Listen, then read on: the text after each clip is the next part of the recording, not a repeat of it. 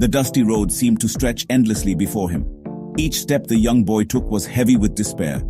His threadbare clothes hung loosely on his thin frame, a testament to the poverty that gnawed at his life. His heart ached, not just from hunger, but from a deeper fear that clawed at its edges. His name was Thomas, and he carried the weight of the world on his small shoulders. The world, in this case, was the small, unfinished shack he shared with his mother. It was a world shrouded in darkness, a world where hope flickered like a fragile candle in the wind. The shack was barely a shelter. The walls were thin, offering little protection from the elements. Rain leaked through the holes in the roof, turning the dirt floor into mud. It was in this meager dwelling that his mother lay, her breath shallow and ragged. She was all he had left in the world. Her once vibrant eyes were now clouded with pain and fever. The cough that shook her frail body tore at Thomas's heart. He knew, with a child's instinct, that she was slipping away from him.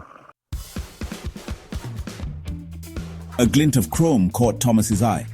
Just down the road, a wealthy man was polishing his expensive car. Hope, fragile as a newborn butterfly, fluttered in Thomas's chest. He approached the man, his hand outstretched, his voice barely a whisper. "Please, sir," he pleaded. "My mother is very sick. We need help. Just a few coins for medicine." He kept his eyes downcast, ashamed of his ragged appearance, his voice thick with unshed tears. The rich man frowned, his face hardening like granite. "Go away, boy," he snapped, pushing Thomas's hand aside. "I've no time for beggars. Find work if you want money." He turned his back on Thomas, resuming his meticulous polishing. Thomas stumbled back, the sting of the man's words sharper than any blow. The fragile butterfly of hope within him withered and died. His heart felt like lead in his chest. He turned away, the rich man's callous indifference echoing in his ears.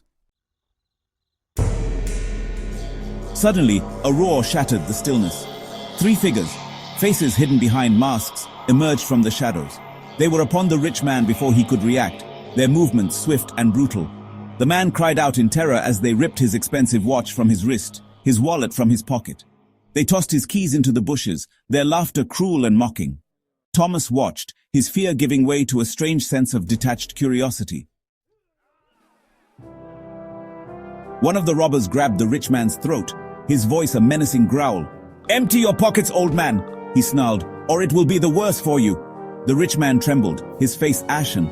He fumbled in his pockets, but they were empty. "Please," he croaked, his voice hoarse with terror, turning to Thomas. "You wouldn't happen to have a few coins, would you? I beg you, help me."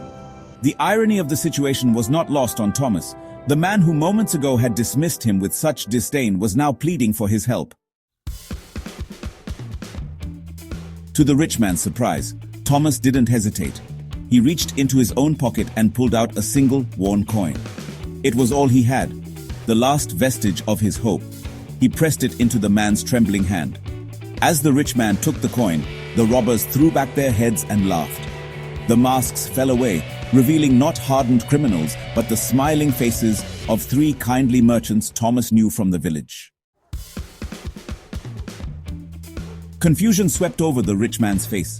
He looked from the merchants to Thomas and back again. One of the merchants stepped forward, his eyes twinkling with mirth. "Consider this a lesson, friend," he chuckled. "A lesson in compassion, in humility. True wealth is not measured in coins, but in the kindness we show to others." The rich man's face flushed crimson with shame. He looked at Thomas, truly seeing him for the first time, not as a beggar, but as a fellow human being in need. He reached into his own pocket and pulled out a handful of gold coins. "Please take this," he implored, pressing the coins into Thomas's hand. "I have been blind, but you have opened my eyes. Forgive me." And in that moment, the coin that had changed everything became a symbol